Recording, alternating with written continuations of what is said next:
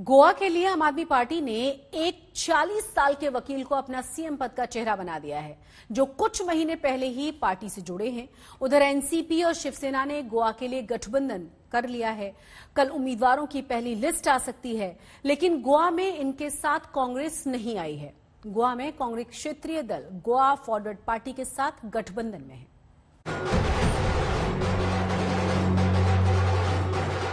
गोवा में आम आदमी पार्टी ने एडवोकेट अमित पालेकर को अपना सीएम पद का उम्मीदवार बनाया है। 46 साल के पालेकर ओबीसी में आने वाले भंडारी समाज से आते हैं और सेंट क्रूज विधानसभा से चुनाव लड़ेंगे। अरविंद केजरीवाल ने कहा कि वो जाति की राजनीति नहीं कर रहे, पर गोवा से आने वाले सबसे बड़े भंडारी समुदाय को उनका हक देने की कोशिश कर रहे हैं। अभी तक गोवा में एक बहुत बड़ा समाज का हिस्सा है भंडारी समाज।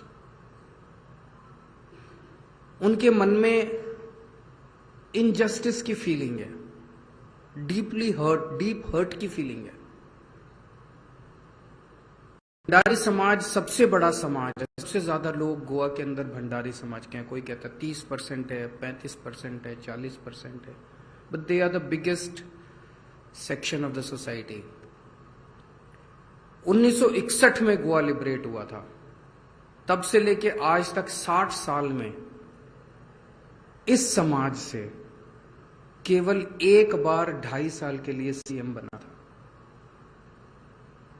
इस समाज के अंदर एक बहुत डीप हर्ट है कि हमें क्यों नहीं, हमारे किसी व्यक्ति को सीएम क्यों नहीं बनाया जाता।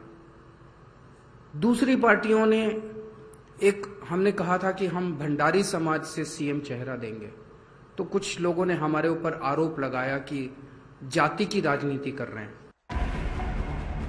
अमित पालेकर ने कहा कि गोवा में आप वही करेगी जो उसने दिल्ली में किया, और गोवा में आपका राज आते ही 24 घंटे के अंदर भ्रष्टाचार खत्म हो जाएगा।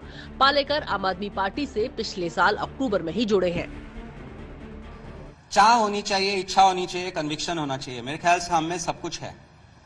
हम जानते हैं इसको कैसे हटाना है। हमने जॉब स्कैम्स निकाले, हमने पिछले मैं खुद इन्वॉल्व था हाईकोर्ट पिटीशन में, जहां पे जब ऑक्सीजन स्कैम चल रहा था, जब कोविड की महामारी गोवा में चल रही थी, तभी जो गोवा में हालत खराब थे, जो गोवा में मौतें हो रही थी, सरकार उसके लिए पूरा जिम्मेदार था। वही सरकार जब फ्लोर ऑफ द हाउस पे बोलता है कि ऑक्सीजन की वजह से कोई भी मौत नहीं हुई है, तो वो बहुत दुखदायक है। उसी दिन ठान लिया था कि इसके अगेंस्ट में हम लड़ेंगे। तो हम में कन्विक्शन है, हम में चाह है, और हमने दिल्ली में करके दिखाया, तो हम यहाँ क्यों नहीं करके दिखा सकते। आज हमारा कोई भी जो हमारा कोई भी कैंडिडेट है, उसको देखिए, आप मुझे देखिए और हमारी टीम को देखिए। हम जानते हैं कोई भी, आज अरविंद केजरीवाल जी ने जब मेरी पहली मुलाकात हुई थी तो एक ही सवाल पूछा था, करप्शन में इंटरेस्ट है तो वो दरवाजा देखिए। मैंने वो बोला था मेरे भाषण में, नहीं है। और सच्चा राजकारण करना है, सच्चा सरकार बनाना है, और जो करप्शन फ्री सरकार देगा, तो आपको इच्छा ये करने की तो चाह है, तो आप बैठिए। और ये अगर आपका लीडर क्लोज डोर में बता सकता है, तो मेरे ख्याल से उससे बेटर लीडर नहीं हो सकता। उधर महाराष्ट्र में साथ में महाविकास आघाड़ी सरकार चला रही शिवसेना और एनसीपी ने गोवा में भी हाथ मिला लिया है, पर महाराष्ट्र में इनकी सहयोगी कांग्रेस ने गोवा में इनसे किनारा कर लिया है। आज प्रेस कॉन्फ्रेंस करके संजय राउत और प्रफुल्ल पटेल ने गठबंधन की घोषणा की। क्या था कि लार्जर थॉट प्रोसेस हमारा जो था कि महाविकास आघाड़ी महाराष्ट्र में है, तो उस हिसाब से यहाँ पर भी उसका आगे हमने बढ़ाना चाहिए। और उसमें भी हमारे मन में कोई शंका नहीं थी कि कांग्रेस सबसे बड़ा दल है गोवा में, और उन्होंने ही आगे रहना चाहिए। हम दोनों उनके सपोर्टिंग में उनके साथ कुछ सीटों पे लड़ते थे। ये हमारी बात थी, मगर कोई ऐसी औपचारिक बात किसी से और किसी पार्टी से हुई नहीं। महाराष्ट्र में महाविकास आघाड़ी की सरकार बहुत ही ठीक तरीके से चल रही है, एक आदर्श सरकार है, on the basis of common minimum programme. हमने कोशिश की कि गोवा में भी प्री पोल अलायंस हो गए। महाराष्ट्र में पोस्ट पोल अलायंस हुआ है, गोवा में प्री पोल अलायंस हो जाए, कांग्रेस, एनसीपी और शिवसेना। और हमने और राष्ट्रवादी कांग्रेस के सभी, पवार साहब हो, प्रफुल्ल पटेल साहब हो, सभी ने कोशिश की, उद्धव ठाकरे साहब ने कोशिश की। मेरी यहाँ बहुत बैठकें हुई है उनके बड़े नेताओं से, लेकिन मुझे लगता है कि मैंने कल भी कहा और आज भी कहता हूँ कि उनको शायद लगता होगा कि अपने बल पर वो सरकार बनाएंगे, तो हम उनको हमारी तरफ से शुभकामनाएं देते हैं। और एनसीपी और शिवसेना ने ये निर्णय लिया है कि गोवा में हम दोनों एक साथ चुनाव लड़ेंगे।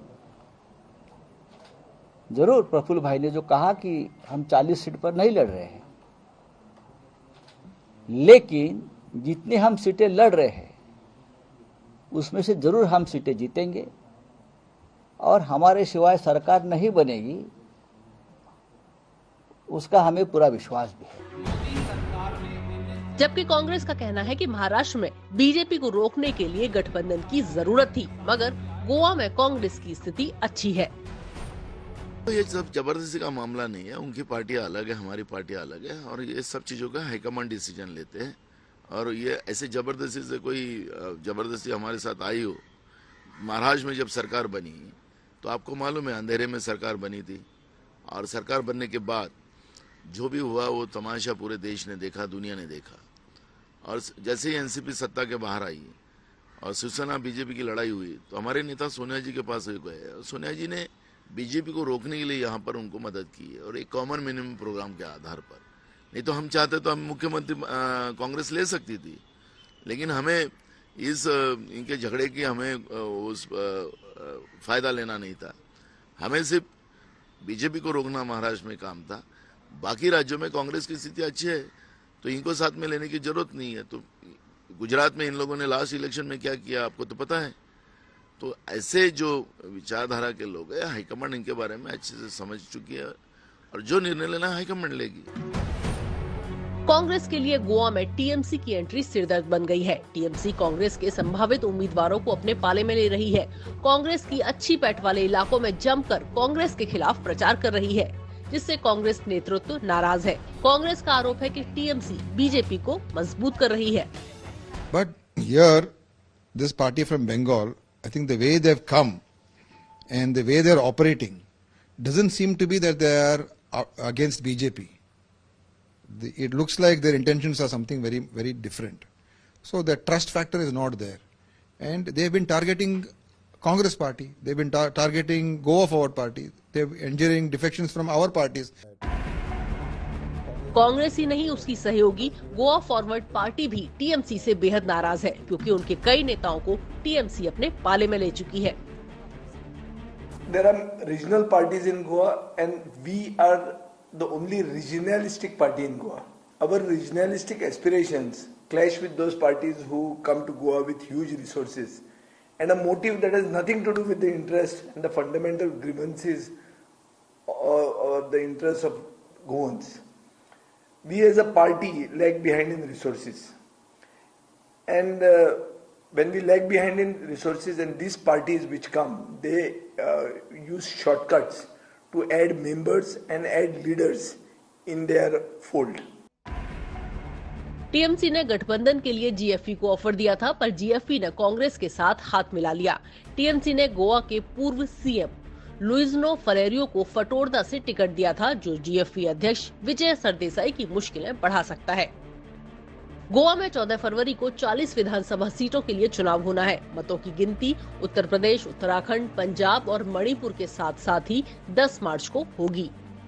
इस बार गोवा चुनाव में कई राजनीतिक दल शामिल है, इसीलिए हर रोज कैंडिडेट्स पार्टियां बदल रहे हैं। ये बात तो तय है कि बीजेपी के खिलाफ किसी भी तरीके का यूनाइटेड अपोजिशन तो नहीं हो पाएगा, लेकिन क्या इस बात का फायदा गोवा चुनाव में बीजेपी को होता है या नहीं, ये तो वक्त ही बताएगा। कैमरा पर्सन राकेश सारस्कर के साथ मुस्तफा शेख, आज तक, गोवा।